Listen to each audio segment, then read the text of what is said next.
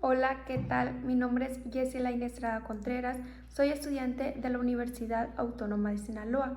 Actualmente estoy cursando el 8º semestre en la Facultad de Medicina Mazatlán y yo les hablaré acerca del tema del mesotelioma, donde abordaremos la definición del mesotelioma, su etiopatogenia, manifestaciones clínicas, métodos diagnósticos y su tratamiento.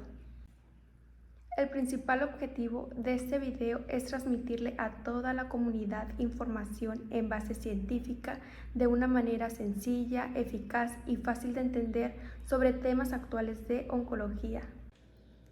El cáncer es una enfermedad en la cual las células del cuerpo se van a multiplicar sin control. El mesotelioma es una neoplasia maligna poco frecuente.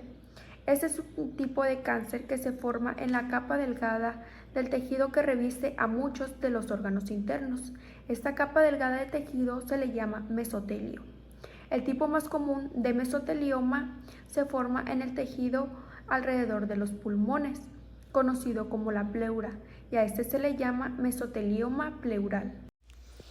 Pero el mesotelioma también se puede formar en las siguientes partes: el tejido en el abdomen, conocido como el peritoneo; el tejido alrededor del corazón, conocido como el pericardio; el tejido alrededor de los testículos, conocido como la túnica vaginal.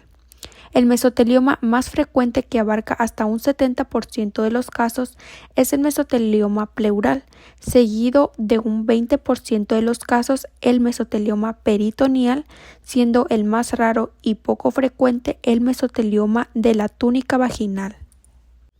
Adentrándonos al tema, el mesotelioma pleural maligno es un tipo de cáncer poco frecuente, en el que las células cancerosas invaden la pleura, que es la membrana que cubre a los pulmones. Este cáncer constituye aproximadamente el 3% de las neoplasias malignas de pleura. Ahora, hablando sobre su agente causal, la exposición al asbesto es el principal factor de riesgo para el desarrollo de mesotelioma. El asbesto, o también conocido como amianto, es el nombre de un grupo de minerales fibrosos que están presentes en la naturaleza y son resistentes al calor y la corrosión. Debido a estas propiedades, el asbesto se ha usado en productos comerciales como materiales a prueba de fuego y de aislamiento, en frenos de automóviles y en otros productos más. Pero nos preguntamos entonces, ¿cómo afecta a nuestra salud? Pues si los productos que contienen asbesto son alterados, se liberan al aire fibras pequeñas de asbesto. Cuando se inhalan fibras de asbesto, estas pueden quedar en los pulmones y permanecer allí por largo tiempo. Con el tiempo, las fibras de asbesto acumuladas pueden provocar inflamación y cicatrización del tejido, lo cual puede afectar la respiración y causar problemas graves de salud. Los profesionales de mayor riesgo para padecer mesotelioma pleural son los trabajadores de las minas de amianto en fábricas de fibrocemento, trabajadores de la industria naval, conductores de material de riesgo, ajustadores eléctricos, entre otros más. No todos los pacientes expuestos desarrollan la enfermedad. Existe una latencia de 30 años entre la exposición y la enfermedad. Se confirmó el incremento de mesotelioma pleural maligno en los pacientes que se atienden en el Instituto Nacional de Enfermedades Respiratorias, siendo más frecuente en hombres, y la edad promedio oscila entre los 50 y los 70 años.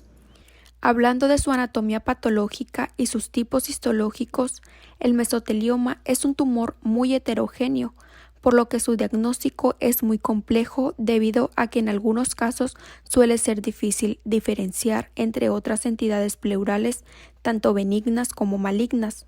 Suele originarse en la pleura parietal. Sus tres principales tipos histológicos son: el número 1 es el mesotelioma epitelioide, que representa del 55 al 65% de los casos. El número 2, el mesotelioma sarcomatoide. Este es el menos común y comprende del 10 al 15% de los casos. Y por último está el mesotelioma bifásico o mixto, que constituye del 20 al 25% de los casos. El sistema de estadificación de TNM hace hincapié en los factores relacionados con la supervivencia global, incluyendo la extensión local de tumor primario, afectación ganglionar y metástasis. Respecto a las manifestaciones que presentan, el paciente suele llegar a la consulta manifestando dolor torácico no pleurítico y dificultad para respirar, ya que por lo general son los síntomas más frecuentes. Otras manifestaciones clínicas menos frecuentes incluyen fiebre, sudoración, tos, anorexia, pérdida de peso, sensación de pesadez en el tórax, ronquera, lo cual significa que la enfermedad está avanzando. Dada la rareza de su presentación y la dificultad de diferenciación, el diagnóstico del mesotelioma pleural suele ser difícil. Por eso es de gran importancia obtener una historia ocupacional del paciente. Por lo tanto, el diagnóstico incluye radiografía de tórax, tomografía computarizada de tórax y abdomen superior, una toracocentesis con examen del derrame pleural y análisis de sangre generales de laboratorio. La radiografía de tórax suele ser la primera prueba en detectar anormalidades que pudieran sugerirnos que se trata de un mesotelioma pleural maligno. Las manifestaciones radiológicas más frecuentes que se van a observar son el engrosamiento pleural laminar o lobulado unilateral, que engloba a todo el pulmón y se extiende hacia las fisuras interlobulares, el derrame pleural y el desplazamiento mediastínico ipsilateral. Pero existe un problema, ya que los volúmenes de derrames pleurales podrían enmascarar lesiones pleurales torácicas, haciendo que los pequeños derrames pleurales malignos sean indetectables. La tomografía computarizada supera la radiología convencional para determinar la presencia y extensión de la afectación pleural y valorar la invasión del mediastino de pared torácica y abdomen superior. La sensibilidad de la tomografía computarizada para estos hallazgos supera el 90%, por lo que se considera una herramienta muy útil en la estadificación tumoral. Se recomienda realizar una toracoscopía para obtener una histología adecuada y permitir la evaluación del líquido pleural. Esto se puede realizar como una cirugía torácica asistida por video, ya que el mesotelioma pleural maligno es una entidad que puede ser difícil de identificar. Por lo tanto, se recomienda obtener una biopsia de tejido normal y anormal. Ahora pasando al diagnóstico diferencial. Como ya se mencionó, el mesotelioma es una enfermedad difícil de diagnosticar por su similitud con otras patologías pleurales. Por lo tanto, en el diagnóstico se encuentran tumor fibroso solitario, adenocarcinoma pleural, metástasis pleurales, linfomas pleurales y subpleurales y lipoma. El tratamiento del mesotelioma es controvertido, puesto que los estudios realizados hasta ahora no son lo suficientemente amplios y no se pueden comparar. En la cirugía no existe ningún estudio aleatorizado que determine si la cirugía aumenta la supervivencia, pero con la esperanza de que si lo haga se emplea la pleurectomía de corticación, que esta se refiere a la extirpación de todo el tumor macroscópico sin resección del diafragma. Después está la neumonectomía, que esta implica la eliminación completa o en bloque de la pleura parietal o visceral afectada.